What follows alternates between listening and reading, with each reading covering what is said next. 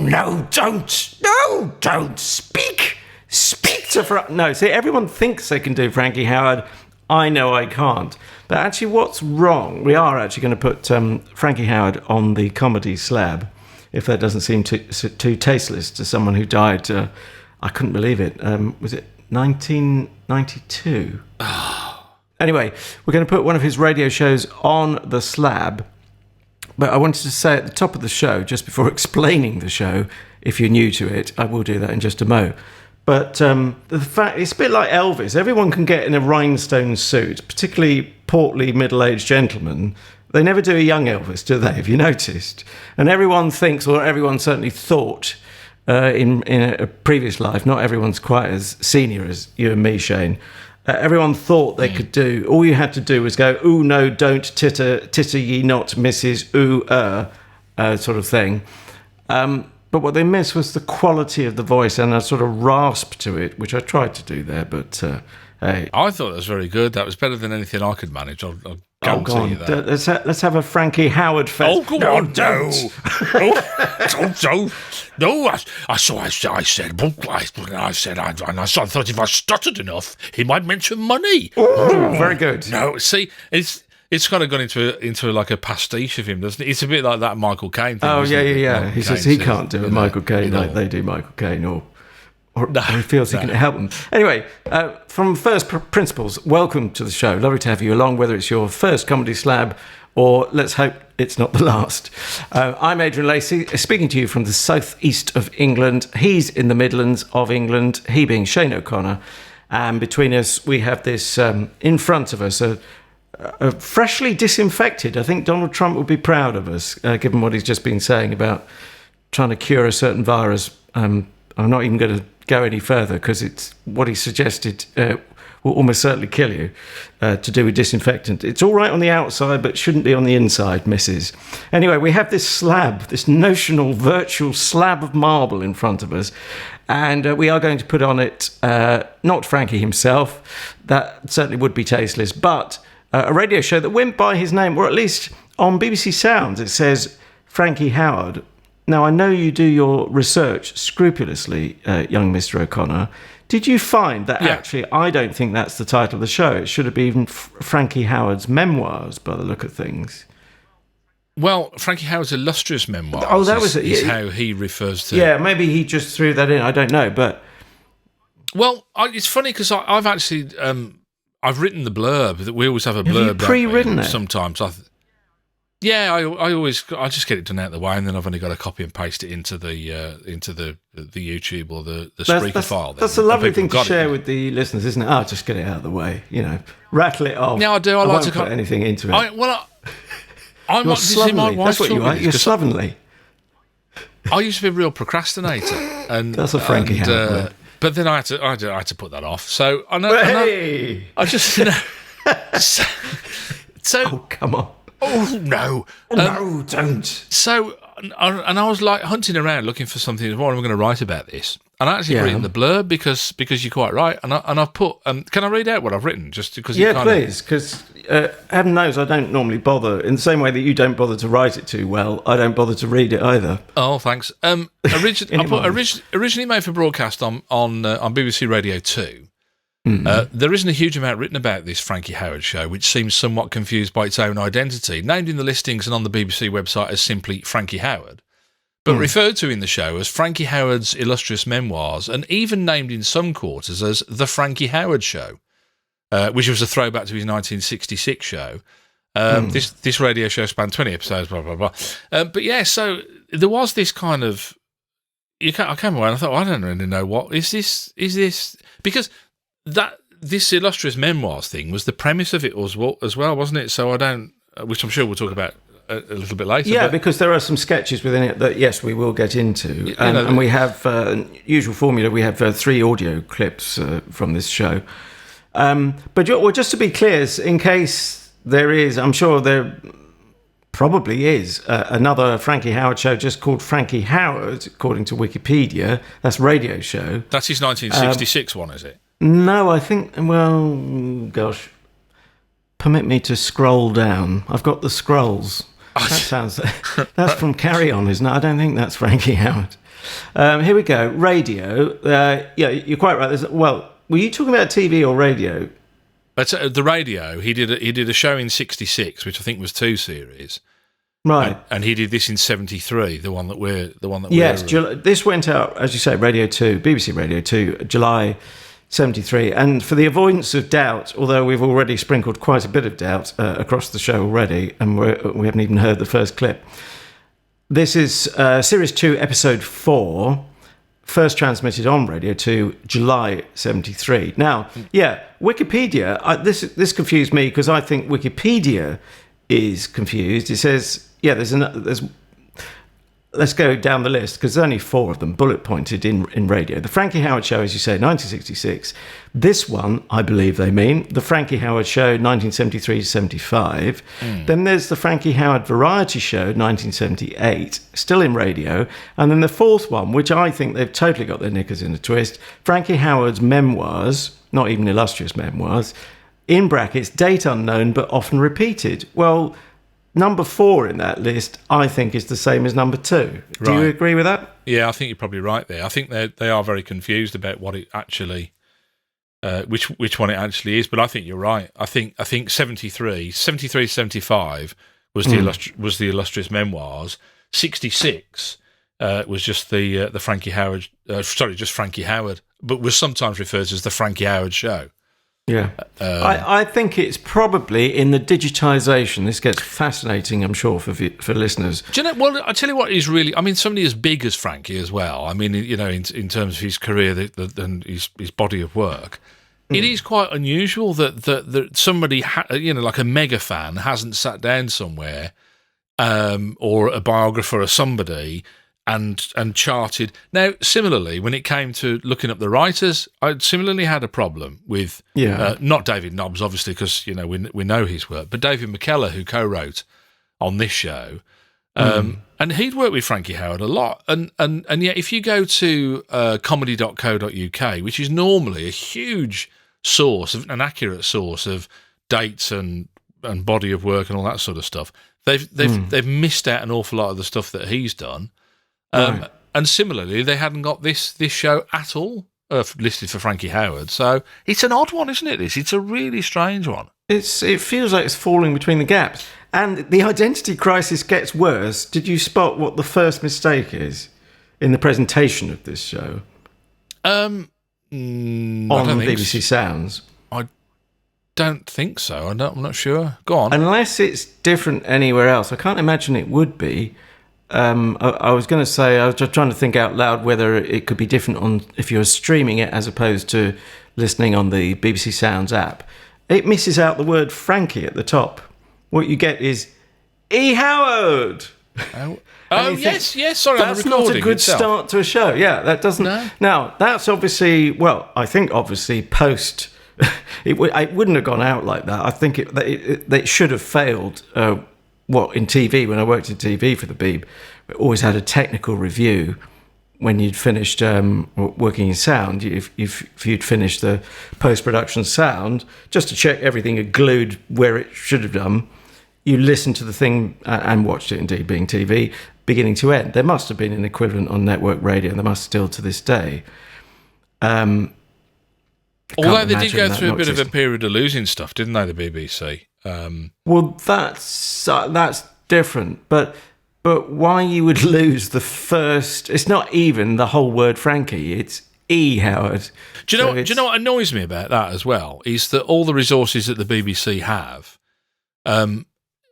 If you go to the other episodes, he does the full introduction. Ladies and gentlemen, it's Frankie Howerd, and you think could have moved it. Is it beyond the wit of man that they could just copy that off the one part and just paste it onto the other one? Yeah, or just lop it off altogether and then come in on the music or whatever. But right now, let's let's lead in to the first audio clip. I'm sure our people are thirsty for something from Frankie, and. In no more than a sentence or two, for someone who'd never heard of Frankie Howerd at all, how would you sum up his act? Frankie Howerd is a comedian in the finest tradition of the 1950s/60s nightclub comedian. That's how I would describe him. Okay, that'll do.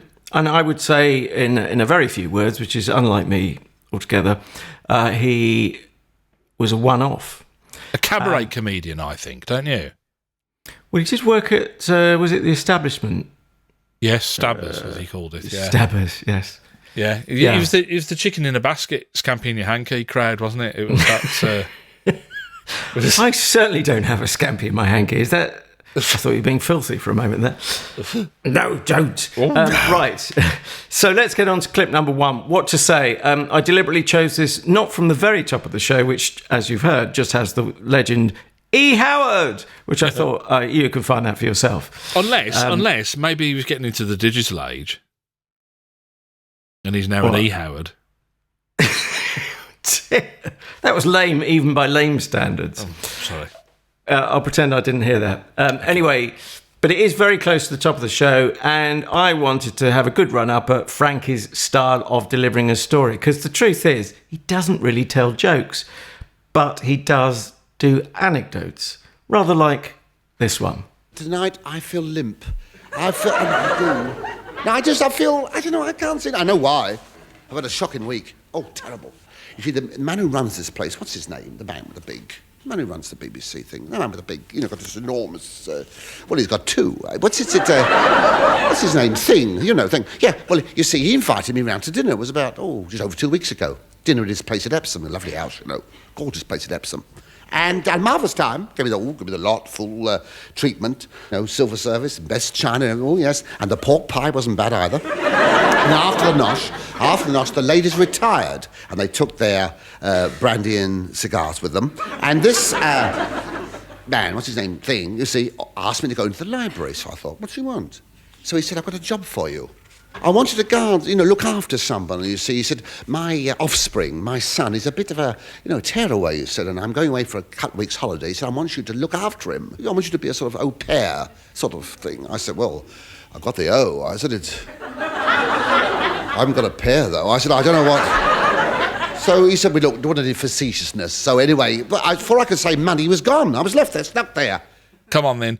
I've got to rely on you for this one. You think I'm a bit uptight and a little retentive. Who was the Director General in 73? Was it... it's not Alistair Milne. It was... Was it Chequers? No, that was the 1980s. What's that? Michael Checkbook Checkland. That's gonna Aubrey. Not Aubrey Singer. Is there an Aubrey Singer? I thought it was a motor car. Was that that's that Woody Allen character in Annie Hall? I've got a 1963 Aubrey Singer, if you're interested. Low mileage. Nice leather seats. Aubrey. It may be Charles Curran. It was according to this. So Charles Curran was Director General 1969 to 77. Oh, well, you're fairly safe there. And then Milne from... No, Trethowan next. Oh, damn. Anyway, this guy's name was on a plaque saying he'd opened the building. You're not seeing any Aubreys at all, then? Aubrey? Would it have been late... No, it was Hugh Weldon in the late 60s. Reith, Ogilvy, Graves, Foote, Haley. I used to love him with his comments. Sir Ian Jacob... Hugh Green, Charles right. Curran, Trethowan. It's your vote that counts. Milne, Checkland, Burt, Dyke, God, Thompson, oh dear, Entwistle, and then the crowning glory. Your friend. Tony Hall. What a collection. Anyway, I thought you were going to say something else there. I know. Right. Anyway, one of them had opened the engineering branch exchange or the telephonist's booth or whatever it was. Right. Just the door to a passing person. It could be. Anyway. The only reason I asked is because as I was listening to that little anecdote, and he was saying that the guy in charge... And I was thinking he was the Director General. He might not have been. He might have been head of light entertainment or whatever. But I just thought, I always wonder how much reality, whether he had a place at Epsom and whether he had a do you know what I mean? I wonder whether there's a bit of playfulness by putting some reality in there. Do you think? I don't know. Oh, it's very tempting to think that, and in any case, what's the disincentive from doing that? Do you know that first clip? It really struck me was how base his humour was, and I mean, I know it was all about titter ye not and all that sort of stuff, but that gag about the au pair. And there's two jokes about pairs in the one clip, aren't there? Yeah, it was like very schoolboy, wasn't it? Don't you think? It was like kind of very, very, a kind of base level humour. But then, I mean, I'm guessing I'll tell you who he puts me in mind of. Do you get any sense of Larry Grayson? Oh, definitely, yes. You can see where Larry Grayson got his inspiration from, can't you? In that sense, I think so. Yes. And Larry starts his set on one occasion with, I feel like a vicar's handshake. Yeah. Which I'm limp. Yeah, which is what Frankie says here. I suppose maybe it's a reflection of the fact that Larry Grayson was a little younger than Frankie Howerd, or perhaps more than a little younger. I'm thinking that he could be more of a nod and a wink gay, as opposed to Frankie, who has to pretend he's heterosexual in one of our sketches later on, which doesn't work at all. Anyway, what I've skipped is, but you've given the game away early on, or have you? You've given the game away that you like Frankie Howerd. We do this thing at the beginning of each show, which we've never quite got smoothly down to a fine art, which we should by now, with our centenary hoving into view. Or is it brightening interview? See what I did there? And by the by, thank you. I owe you for that. That was a titter, really. Didn't deserve any more. Oh, no. But you've given the game away that you rate Frankie Howerd, and frankly, anything else would have been a surprise to me. But that doesn't mean you particularly like this version of Frankie Howerd on the radio in this particular show. So it's not too late for me to try and anticipate, because I think, have you got a headline for us on your reaction? That's a no, isn't it? I haven't thought of one. You can think on your feet or on your bum. Yeah. But I'm going to guess, whilst you've given the fact that you like Frankie Howerd away, I can't see you, especially post having slabbed Les Dawson on the radio some shows ago. Gosh, what would it be? 10 or more shows ago, perhaps. You didn't like the writing there. And I had a sort of echo in my head of your reaction to the writing, and I could imagine you not being that impressed with some of the sketches in this show, with a degree of regret. Am I right? Well, shall I answer that by telling you my headline? Does that work? Yeah, should I? I'll answer that question with a question, like a politician. Yeah. Should I anticipate your marks out of 5 at the end? Yeah, go on. Before you do that. Go on.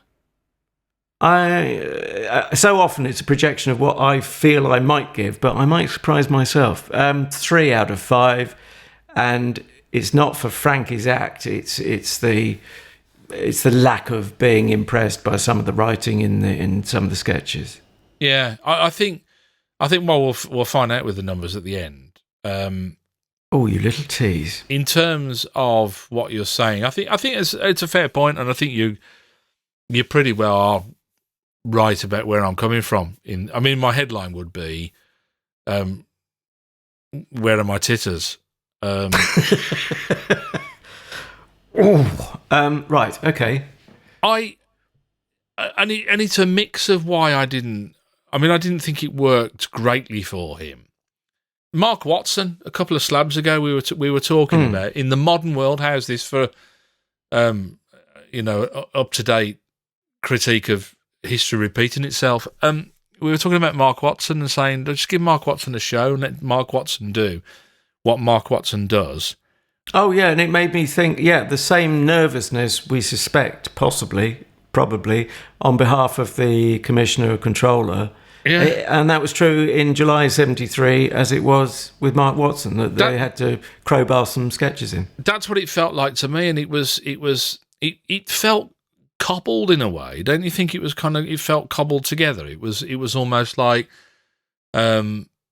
And it's interesting. I'd love to. I mean, he's no longer with us, is he, David Nobbs? Sadly, No. David McKellar is the other writer. Yeah. And I've interviewed David Nobbs. He's a lovely guy to interview. He's a fascinating guy because he'd written for the Ronnies and everybody, hadn't he, David Nobbs? He's prolific writer. Perhaps most famously Reggie Perrin. Would you say that was his crowning glory? Which I had to. I mean, me with my honesty, it's a burden to me sometimes. But I kind of said to him that it wasn't my most enjoyable body of work that he'd done. I didn't because I felt a bit confused by Reggie Perrin. Did he look crestfallen? Had his It was ISDN, so I could just hear him crying. On a line far away. No, I mean he was very gallant. He was unlike you. Yeah, but I kind of felt I wanted to to say that I didn't want to sit there and just massage his ego. I don't think he needed that for one thing because he like I say, his body of work spoke for itself, and I did put it in such a way that it was. Not he wouldn't have been crestfallen. I wouldn't have thought about You couldn't massage his ego when he was just down the line, could you? Though no, I could have sent him electric shocks, I suppose, but I didn't know how to do that. So, but yeah, I mean, he's not going to be worried what some bald Brummy thought of his stuff, is he? Really, with all his awards and all the rest of it. But yeah, and I don't know. It felt like it felt cobbled. It felt like they said, "Oh, Frankie, we want you to do a show." Oh, yes, I'd love to. That's fine. Nice to get back on radio because he'd done some TV and then he did some TV after this. We want to make it into a kind of sketch sort of thing. So we're kind of we'll let the writers decide what they do with what the premise is going to be, and then, like I say, the illustrious memoirs. And it felt a bit. It was a kind of sporadic way of bringing things together, wasn't it? Don't you think? It didn't gel for me very well. Yeah, I think you might be right. I know this is no big deal really, and any professional comedian, I would give them license to repeat certain things, particularly if they work well. And actually, it's the writing you're repeating. I have definitely seen more than one TV clip of him saying, "What's his name? The guy who runs this. What's it? Anyway." But I think launch into a different story. I couldn't be sure about that. It's getting better. That impression is, by the way. I must admit, as time goes on. No, maybe you're purple, which I've always suspected. The drink is alcoholic. Yeah, exactly. So to be honest, keep it's sipping. Just bleach. Well, enough of your trumpery. Yeah. I looked up. It was produced by David Hatch, wasn't it? Who? Three Davids involved at least. It certainly helped to be called David. Two Davids writing and David Hatch. Yeah, it was. Yeah, I never noticed that. But David Hatch, I looked up because I wasn't aware of what he'd done. He'd already had quite a long career on. I'm sorry, I'll read that again. Which was the precursor to Clue. Yeah. I'm sorry, I haven't a clue. Yeah. And then Just a Minute he'd spent some time on as well. And I think he did the What Ho Jeeves version, which featured Michael Hordern and Richard Bryars. But I'm sorry, I'll read that again in just a minute. Are of a style, aren't they? And I kind of think, I wonder whether David Hatch felt out of his comfort zone a bit with this and think, well, it's not what I usually produce, but okay, I can do this. Do you know what I mean? I don't know whether. Well, I did wonder because there were some schoolboy errors in there, and I'm not talking about the bit clipped at the beginning because I think that's a post haste problem transferring it to BBC Sounds. Yeah, that's much later, wasn't it? That happened. Yeah. But there were some rough edits. I have to say. Oh God, weren't there? No, but I know it wasn't. We have to set the scene. Every man, woman, and child now has got access to multi-track digital editing for free if they've got basic, a computer and a connection, or even a phone. You can do it on now, I think. Anyway, we must get on to clip number 2. But I don't want to besmirch the name of David Hatch because I can do a hashtag or a hashtag name drop. I did meet him once. He was that very unusual person who'd gone from being a performer to being a producer to being a BBC manager. unusual in network radio, I would say. And he was quite high up by the time I had a curly sandwich and a bottle of Tizer with him. Some do, can't remember what it was, but he was the most charming person. And it took my head a moment because coming from technical background, I'm afraid one got a bit lazy and said, "Oh, management, aren't they terrible?" And then everyone would throw in their version. And so to meet someone who was actually a manager, who was charming, who was high up in the organisation, and who'd been a performer. So, I mean, maybe that's why he was so charming and seemed to understand the business from both sides of the microphone, as it were. What was he then? Was he an actor, was he? What was his shtick? What, starting out? Yeah, as a performer. What did he do? Well, no, I was just thinking about the shows that you talked about. He was a performer in I'm Sorry, I'll Read That Again, the precursor of Clue. Because I meant he was the producer. He produced that. Right, well, sorry. But I think I'd be right in saying he may... Well, I'm not doubting that he could have produced it, but I think he performed in it as well in the early days. Now you're making me nervous. But no, I'm pretty sure he was that side of the mic. Right. So he sort of did that journey and he didn't lose. Because that was it. We were swapping notes about me being a total radio bore.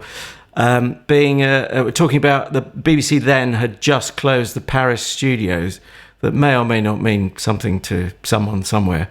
But people of a certain age. It was, this will sound terribly metrocentric, but just down, literally a walk away from Broadcasting House, the BBC also had another place they used to record audience shows called the Paris Studios, just in Upper Regent. Was it Upper Regent Street or Lower Regent Street? It all sounds so parochial to anyone from outside Zone 1 of the Underground in London.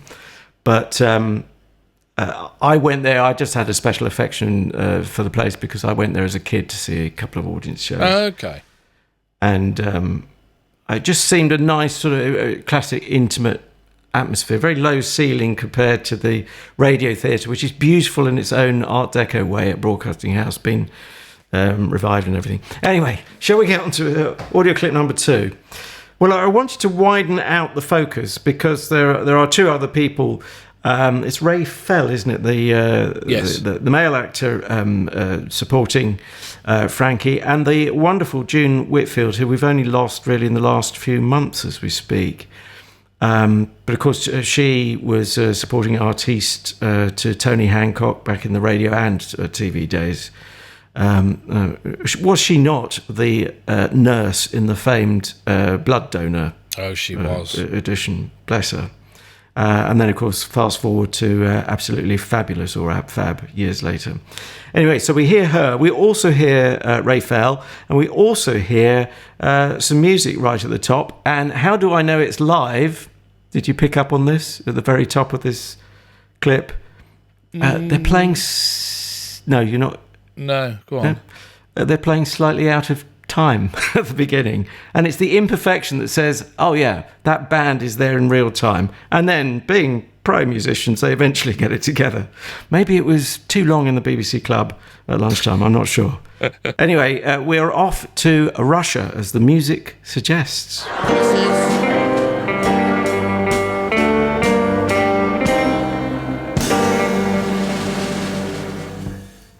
How do you like your cell, Mr. Howard? Well, it's better than my hotel room, I must say. Now we will try again, English spy. What are you doing in Russia? I told you I'm on a package tour. Where have you delivered the package? There isn't any package. Where have you been on this package tour without the package? I have been everywhere. I've been seeing Russia gradually, step by step. You see? Step by Russian step. See, they can see it. Why can't you? I've been to Omsk, Tomsk, and Minsk. Why did you go to Minsk? To buy Minsk pie. It's witty, isn't it? Please yourselves. Where did you get all these Russian yokes? Oh, I'm sorry. You see, I can't seem to kick the habit. As the mule said to the monk. The mule said... I've slipped another yoke in. That laid an egg, didn't it? Now he's making cracks. Now we turn to Moscow. Yes. English spy. Your first night at dinner. What? What did you say to the writer? To the waiter? I'll tell you what I said to the waiter. He loves it, doesn't he? He loves people fluffing their lines. It's comedy gold, isn't it? Yeah, I mean, what a pro. When he's in that frame of mind, and he used to get terribly nervous, didn't he? I think before he would perform. But it was said of him that... sorry, I'll let you finish. But just very quickly, it was said of him that he turned his nerves to his advantage. And so that's partly why you got the faltering delivery. But when he was on it, he loved to bounce off. He was almost goading people playing opposite him to make a mistake. He read it as writer when it was the waiter, and he jumps on that. Even I think a bit earlier on, we were talking about because the audience love it, don't they? They really are into it. I mean, there's no question about it. But earlier on, a woman he has a stray laugher, which we've talked about before, with like the Hancocks and stuff like that. But he loves it, doesn't he? Shut your mouth, you. And he's straight on him, isn't he? And he uses that to his advantage. Everything he uses to his advantage, doesn't he? Yeah.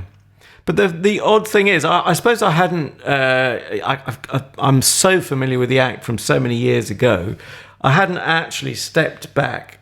We listen to the shows a second time if it's radio, watch it a second time if it's TV, so that we hope, do it some justice. But the second time, if you're new to the show, just to explain, and forgive me if you're old to the show, because we so often say this, but the second time is we put our much more analytical heads on. First time, we try to be ordinary people. I don't know how successful we'll ever be at that, having been poisoned by being radio presenters in a former life. But second time through, I thought, and reading it, I mean, what is all this titty not about? It's about, well, it reminded me just then, actually, of something you told me, quoting, it's Max Wall, isn't it? It's all clean, leaving me. Isn't it the same philosophy? I didn't know it was Max Miller, I think, wasn't it? Is it Max Miller? I confused my Max Headrooms. I always get confused between Max Miller and Tommy Trinder, one of them. Who was the one that used to work Blue? Was it Tommy Trinder or Max Miller? I forget anyway. But one Tommy of them Trinder was a bit more risque, wasn't he? So it was all clean, leaving me, lady. Meaning that any sort of blueness about a gag is all in your own head, and it's the way you're perceiving it. Yeah. Yeah. Well, this, of course, is in the days of inference, because you couldn't say the rudest of the rude. I mean, that age is coming to an end by the time this is. I suppose we'd have to call this late middle Frankie career, isn't it? By 1973. Yeah, he had quite a big comeback in the mid to late 80s as well, didn't he? He had a bit of a period of staying at home for a while. I think it's quite interesting is that there was one gag which I thought was quite good, and they were saying about he said to the doctor, he said, I thought you were supposed to have taken a hypocritical oath. Oh yeah, that was just thrown away, and no one really laughed, or very little laugh. Yeah, but.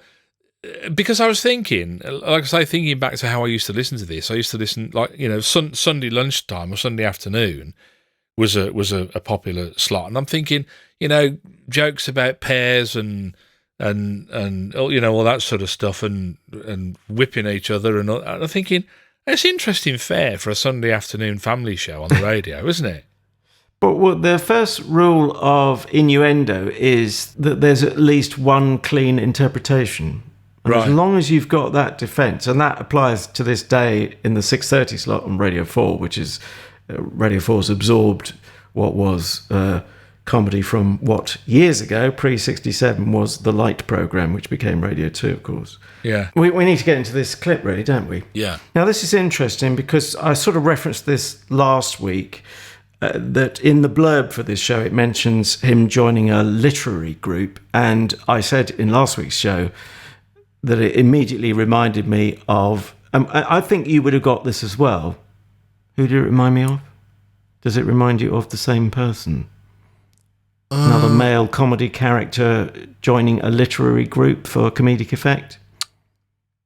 No, go on. Hancock, yeah. Absolutely. Oh, right, okay, yeah. And I think we should do perhaps you can't remember the specifics of the Hancock incidents of the literary group, but I I don't know whether it was in the show that we put on the Comedy Slab. But anyway, if you can remember it, we'll do a compare and contrast, and I'll certainly make a reference to it. But anyway, so this is another sketch, our third and final audio clip, and the wonderful June Whitfield is, she's playing someone rather pompous, showing her versatility as we look to this literary group where a bit of poetry writing is encouraged. Have you entered a poem for this month's poetry competition, Mr. Howerd? Yes, I've scribbled a little ode. Francis has a little ode for you.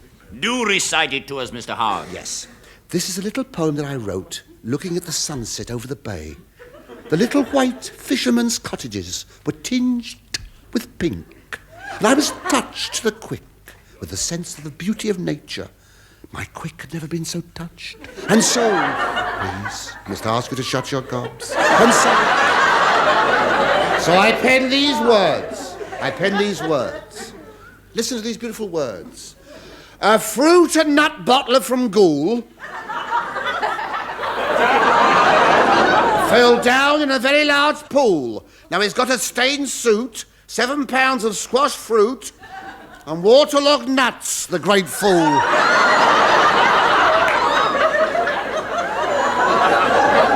Mr. Howerd, that Sir. was doggerel. Pathetic, mindless, dull, dismal doggerel. Oh, thank you. I'm glad you liked it. Thank you very much. I do love that kind of misunderstanding. So that is kind of Hancock, isn't it? Oh, thank you very much. I'm glad you thought it was okay. Yeah. You know, the pomposity sort of blinds him to the fact that he doesn't really know that he's been insulted. But also, didn't Galton and Simpson, Hancock's writers, write for Frankie at one point? I think they did.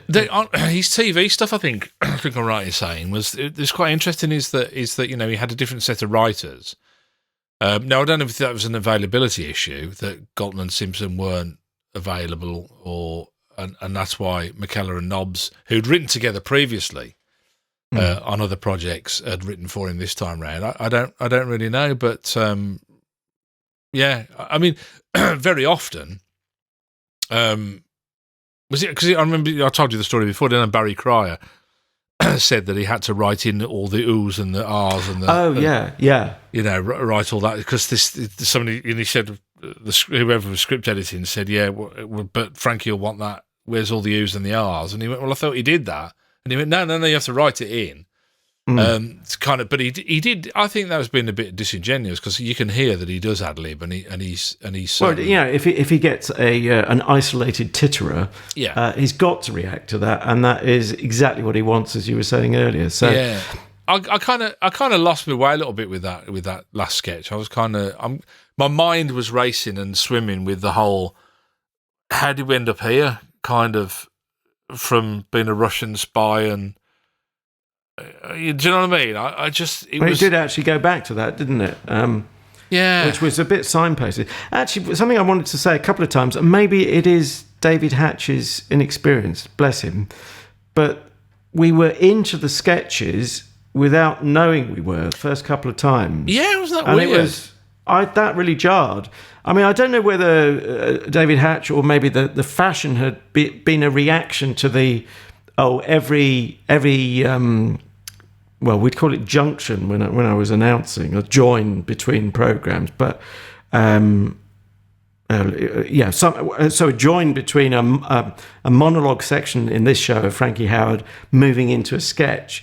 Maybe there was a reaction to that. In the past, every one of those would have had a musical sting, as it's known. And as we've gathered, we've got live musicians there in the space. You know, it's not beyond the wit of musicians to provide a 3-second sting between. To signpost it. Maybe they nip back to the bar or something. I don't really know. But we had it once into the Russian section, and then we didn't have it in other bits, and that jarred. And there's a moment where you're thinking, "Hang on, has the monologue ended? And is Frankie in a role now? Yeah, playing the part of a man. Blah blah blah blah." Yeah, you kind of woke yourself up to it, and you think, "Oh, hang on, this has happened now." Yeah, it was. Yeah, and you wouldn't get that in TV, would you? I mean, you would see you're in a different set. No, I mean, the word mishmash kept coming to mind. Yeah, it is lacking, and maybe that's why it's confused. Even Madam Wikipedia, this confusion we were talking about, the title, there's something missing at the heart of it, isn't it? The conceit is not clear. Is it a memoir, or is it just another sketch show with, you know, Mr. Cheerful Chappie doing some rambling, which he does so well, between sketches. I thought there were some lovely gags in it. I do as well. I mean, one of my standout favourites was when he said he swam the channel, but he got cramp 3 miles out and had to swim back. And it's so silly, but silly can be really funny. Just really, there was just lots of little silly bits like that. You know, like the mince pies and all that sort of stuff. But we've had this before. We've been here before, haven't we? Where we like individual parts, but not the whole, not the finished, completed article. It's not quite working. Yeah. Right. Can I do this? It's not a name drop this time. I was a punter in the audience, but I do want to talk about the late revival. Actually, before I mention, it was the Garrick Theatre I saw him at with my mate Rich. So what a fantastic thing, because we didn't think this... I suppose I didn't ever want to believe that Frankie was going to die, so I didn't think, this will be his last big tour or whatever. No. But before we get to that, and we could widen this out to a more general thing, because it happened with Terry Wogan towards the end of his career, that you go through this fade, and Frankie had a period of 6 years without a TV show, it says on Wiki. I certainly remember, did you ever see the Arena documentary on Frankie Howerd, that was also towards the end of his life? I think I did, yeah. As it turned out. So this was the arts show, but it was a nice sort of approachable. Sometimes the arts shows can go terribly hoity-toity, but this was a wonderfully relaxed chat with him. He was off duty, as it were. I remember him saying to whoever the interviewer was, ask me what the trick is to my appeal. Ask me how I do what I do. And so you've got to do it in that situation with a comedian. They're not going to let you go, a dog with a bone kind of thing. Yeah. So the interviewer asked him, what is the secret? What is the formula to what you do? He says, I couldn't tell you. And he's setting you up, didn't he? I mean, absolutely. The whole complete thing is great, isn't it? The whole setup is... It's just but awesome. You do wonder if that... I mean, you've used the word disingenuous just now. You do wonder if that's totally disingenuous, because he knows to the last misses exactly what he's doing. But there might also be a sort of magical, mystical part where he thinks, how do I get away with this? How have I done it for decades? Anyway, how does it get to be that you go through this period, might be like the economy is about to, or is in the process of going, they call it is it going to be a V dip with this lockdown, or a U-shaped thing?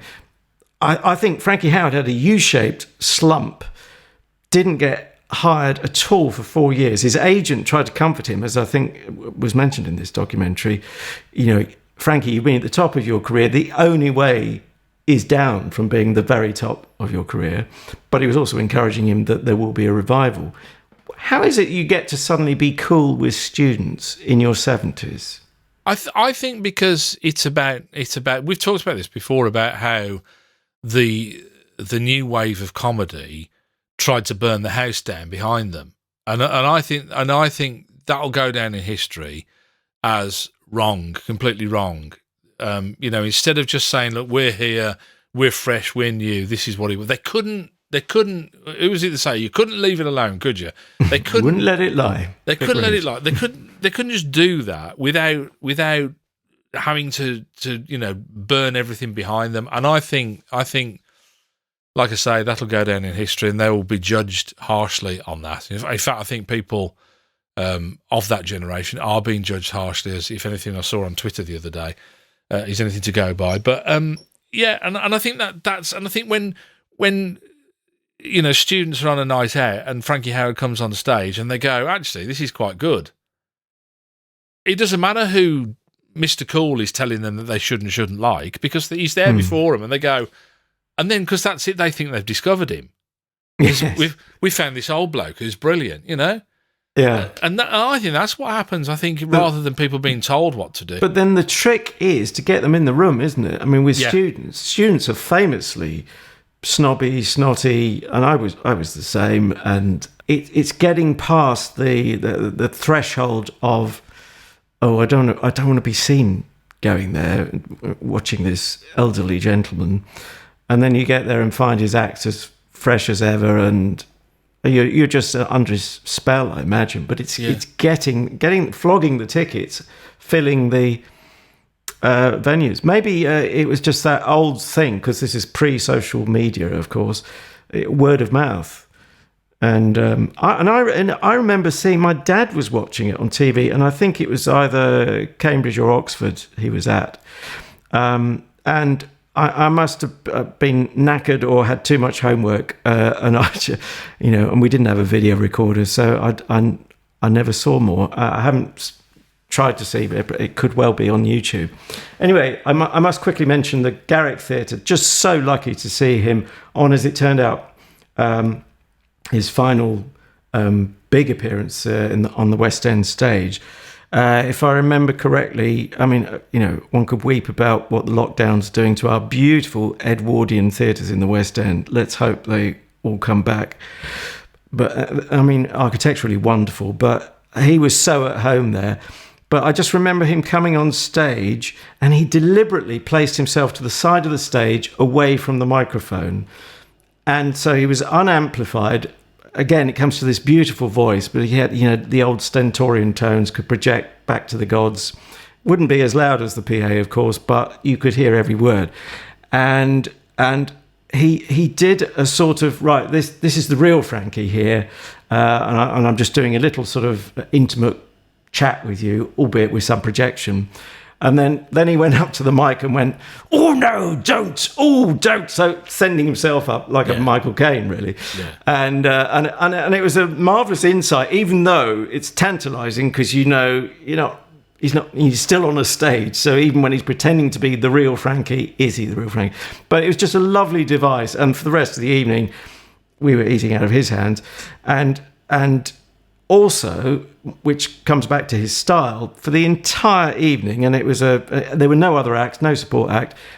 He told 2 jokes in total, probably one in each half of the show, with an interval in the middle, to get your ice cream from the lady with the tubs. But how I still can't work out how you can get away with calling yourself a comedian and only telling 2 jokes in 2 hours. Yeah. But that was the genius, or part of the genius. Yeah. Anyway, we better get to. We're faster running out of time. We better sorry. Better get the scores on the doors, Anthony. Aren't we? Is it your turn to go first? I think it is. I'm conflicted, because if it was just about Frankie, it would have to be a 4.5. Yeah, if not a 5. The needle's right up there. This show, I'm still going to be generous. So it has to be the Lacey default 3.5. I think. Some of those tape edits, and I haven't even mentioned as a soundboard, why is it in mono in 1973 when VHF was stereo and all of that? No real excuse. No. For my side of it, I think, I'm going to upset you now, I'm going to give it a 2. I'm going to give it a 2. I was really disappointed with it. So much so, I even thought, shall I record off the other episodes for my own, just to keep it for posterior. And I thought, you're famous posterior. Not even you, the completist. I didn't even listen to the other episodes. I just, I'm really disappointed. I just thought it was really below par for Frankie Howerd, and for David McKellar, David Nobbs, David Hatch probably as well, and the whole and June Whitfield. I just think, 2 out of 5 could have done better, definitely. But I'm agreeing with you, 4.5 or 5 out of 5 for Frankie himself. For the act. Just didn't cut it for me, so it was a 2. Sorry, so what did you give it? So that's a 2 from me and a 3.5 from me. Okay. So it just gets over half marks, or the show does. Still respectable. Over to you for next week's homework. So for next, I don't know if you've. I'm going to save time. He's not with us, so I'm not going to let you guess or anything. But it is a show. It's still running on BBC One, I think, or certainly on the iPlayer. It's called, I don't know if you caught up with it, The Goes Wrong Show. No, there is a West End play. Probably not to do with that. I think it is to do with that. I think it is an adaptation of that. It is a direct transfer, I think you'll find. Okay. Now, I'll level with you. I've watched some of these already, and you can watch any of them, because basically it is an ensemble performing a play which has been televised. That's basically the premise, and so it's different every episode. They're all self-contained. Yeah. So I've chosen one which is from the first series, is the last in the series, is episode 6. It's called 90 Degrees. I couldn't tell you anything about the plot other than to just sit back and enjoy, because I kind of know the framework, having watched one, what it's going to be like. But the Goes Wrong show. Series 1, Episode 6, it's called 90 Degrees. We'll be slabbing that one next time. And where will I find that? Sorry, did you say? It's on the channel? iPlayer. BBC iPlayer, yeah. Yeah. Gotcha. Right. Well, they've obviously nicked the name for what we should have called this show, really, the Goes Wrong show. I thought that might have been more honest. It certainly did tonight in terms of scores. Right, on anti-social media, we are at Comedy Slab on Twitter. Do please follow us there, not in a spooky way that causes us to have an injunction out on you to keep at least 100 yards away. I suppose you don't have to do that when we're in lockdown. And we are also at Comedy Slab on our Facebook page. It'd be great if you gave us a juicy thumbs up there. Recommend us to family and friends. No excuse if you're under the same roof as them. And also there's a million ways to video conference and recommend us over the Wi-Fi waves, if you'd be so kind. And finally, for this appeal on Bended Knee, a nice generous star rating on iTunes / Apple Podcasts would be fabulous. Yes, and if you want any of the other episodes of the Comedy Slab podcast, you can catch them on Spreaker, Stitcher, iHeart Radio, Apple Podcasts, Spotify, and, as they used to say on the KTEL adverts, many, many more. And we're doing all right for downloads. I think we are benefiting. Isn't it the lockdown lift, we might call it? Well, if that's what it is. I mean, we have been at it for 92 episodes. Don't. So, it could be that people are... I mean, I'm very proud of this, and I think you are as well. This is a well-produced... I mean, the product that comes out... And I listen to other podcasts. I don't want to be mean to other podcasts, but... The first hurdle to pass is the quality hurdle, isn't it? Sounding of a decent quality that you could listen to and you can enjoy it. And I have to say that a lot of the ones that I try fail at the very first hurdle. I think, if it sounds like it's been recorded in somebody's bathroom on an iPhone, I ain't going to stick around, unfortunately. That's just the way it is. I think we're really proud of this. So, maybe, yeah, I mean, we have had quite a few new listeners. Hopefully they'll stick with us, or they might think, they're boring, aren't they, them two? Or they might just think one of us is boring. Oh, should we leave that there? I just like to sort of build a bit of tension between us. That's all that is, really. Shall we leave it there? Are you going to do some clever repartee before you mince off? Oh, mince off. Yeah. It's not bad at all. Oh, and I didn't even get to mention my mate who was in the biz as a young production lad. And Frankie was a bit forward with him in the dressing room. But there's no time for that. I was just going to say I'm off to see if I can swim the English Channel if I get to France. If I don't quite get there. If I get cramp, I might just turn around and come back.